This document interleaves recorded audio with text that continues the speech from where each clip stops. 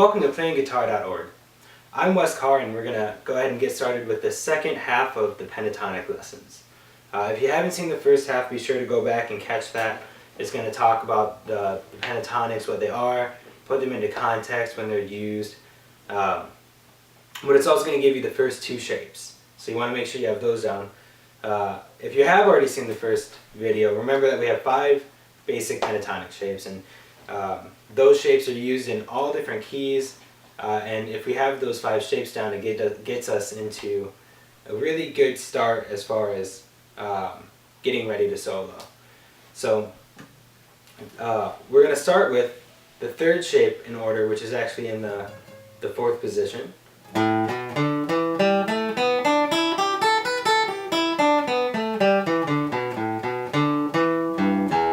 Now this one can be tricky for some people because it actually has a position shift in the scale itself.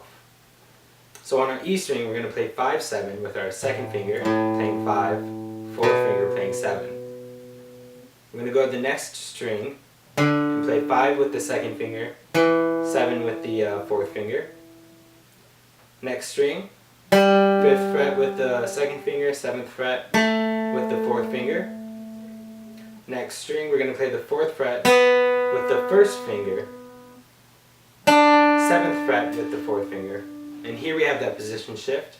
We just move our pointer finger to the 5th fret of the B string, play the 5th fret with our 1st finger, 8th fret with our 4th finger, 5th fret with our 1st finger, and 7th fret with our 3rd. And then when you go back, the position shift will be in the same spot.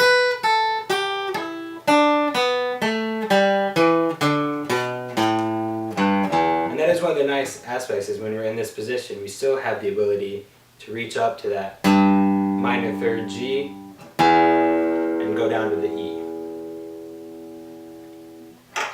Our next position starts on the 7th fret, and will be in the 7th position. You're going to play 7 with your 1st finger on your E string, 10 with your 4th finger on your E string, 7, 10. You're going to go to your next string, play 7, and then 10 with the same fingers, so your 1st and your 4th. From there you're going to go to your D string and play 7, 9 with your pointer and your 3rd finger. From there you're going to go to your G string and play 7, 9 again with your pointer and your 3rd. And that's actually a nice little pattern. You have 7, 10, 7, 10, 7, 9, 7, 9. Now when you get to your B string, you're going to switch a little bit. You're going to go to your 8th fret with your 2nd finger, 10th fret with your 4th, and when you go to your B string, you'll play 7 with your pointer and 10 with your 4th.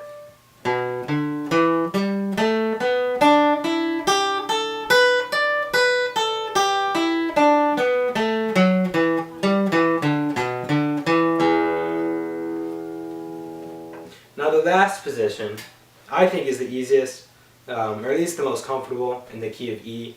And you see a lot of people, blues players and rock players, when they're playing in E, they're usually up here, because it can give them that nice, they got a nice full range, good bright highs, but it's a comfortable shape, and there's not a whole lot of frustration in this shape.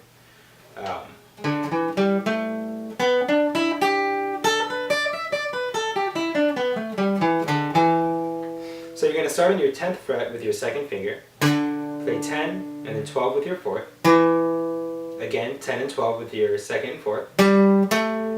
From there you're going to play 9 and 12 with your 1st and 4th. On your G string you're going to go to 9 and 12 again with your 1st and 4th. Then you'll move to your B string, play 10 and 12 with your 2nd and 4th, and then on your E string 10 and 12 with your 2nd and 4th. So it's a nice kind of mirror image pattern. You have 10, 12, 10, 12, 9, 12, 9, 12, 10, 12, 10, 12. So remember, the most important thing is just take it in small chunks, taking these progressions 3 strings at a time, right? And then from there,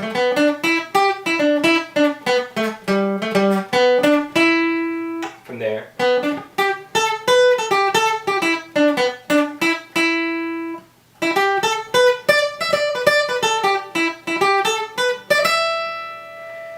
And that way you can get, you can make sure that they're under your fingers a little bit better.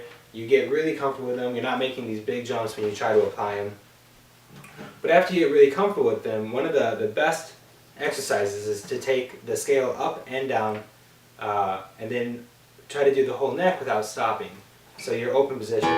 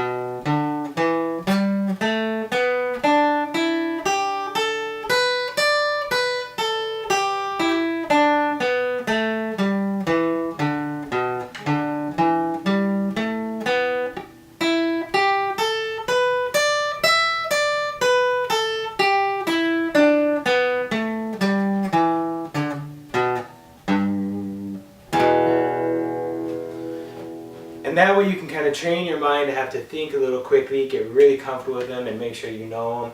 The best thing to do with that is just take it nice and slow and be patient with yourself. Well, that's the second half of the pentatonic lessons. Hopefully this all goes well for you. Good luck and happy picking.